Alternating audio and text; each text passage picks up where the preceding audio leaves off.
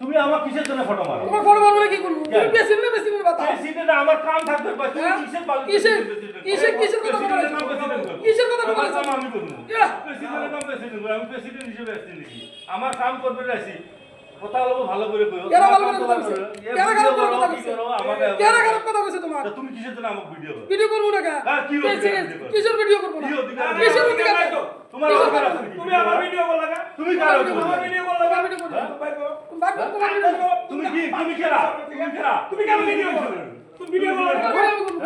ভাই দা, তুমি কেরা? তুই আমার ভিডিও করছ না? এ বাবা রে আমার ভিডিও করছ না? আর তোমার ভিডিও করবো না? তোমার ভিডিও আছে নি দাও আছে।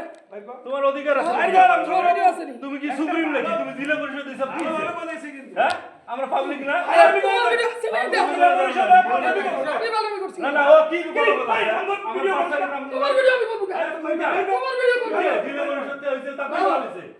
তোমার আমি তোমার ভিডিও দিতে প্রেসিডেন্ট আছে ভালো বলো কথা আমরা বলো, আমার ভিডিও করো। তোমাকে আমি ভিডিও যে ধুবুৰী জিলাৰ আপোনাৰ নায়াৰগাঁও উন্নয়ন খণ্ডত যে একেবাৰে দুৰ্নীতিপৰায়ণ হৈ আছে সেইটো আমি আগৰে পৰা অভিযোগ উত্থাপন কৰি আহিছিলো, কিন্তু দুৰ্নীতিৰ এক ৰম্যভূমিত পৰিণত হৈছে আৰু তাৰ পিছতো বিভাগীয় কৰ্তৃপক্ষৰ কোনো ধৰণৰ আমি মানে কোনো পদক্ষেপ গ্ৰহণ কৰা আমি দেখিবলৈ পোৱা নাছিলো।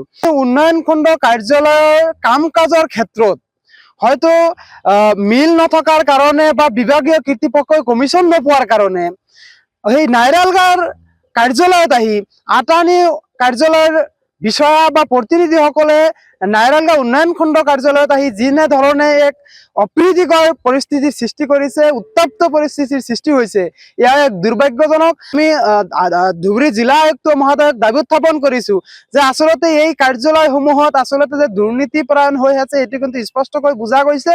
গতিকে তেওঁলোকৰ যি এনজেনৰেগাৰ নামত কাজিয়া, এই কাজিয়াৰ কাৰণে আচলতে সমাজত কিন্তু প্ৰভাৱ পৰিব। গতিকে আমি দাবী উত্থাপন কৰিছো যে আমি নামনি অসম সংখ্যালঘু সংগ্ৰাম পৰিষদৰ দাবী স্পষ্ট যে তেওঁলোকৰ ওপৰত তদন্ত কৰা হওক। জিলা পৰিষদৰ সদস্যৰ পৰা আৰম্ভ কৰি সভাপতিৰ হাজবেণ্ড তেওঁলোকে কেনেকে উন্নয়ন খণ্ড এক উন্নয়ন খণ্ডৰ পৰা আহি বেলেগ উন্নয়ন খণ্ডত আহি এই ঘটনা সংঘটিত কৰিলে, ইয়াৰ ওপৰত নাইৰালগাঁও উন্নয়ন খণ্ডৰ যিগৰাকী খণ্ড উন্নয়ন বিষয়া তেখেতৰ ওপৰতো ইনকুৱাৰী কৰিব লাগে, কাৰণ তেখেতে কাৰ্যালয়ত অনুপস্থিত থকাৰ কাৰণে এনেধৰণৰ ঘটনা সংঘটিত হ'বলৈ পাইছে।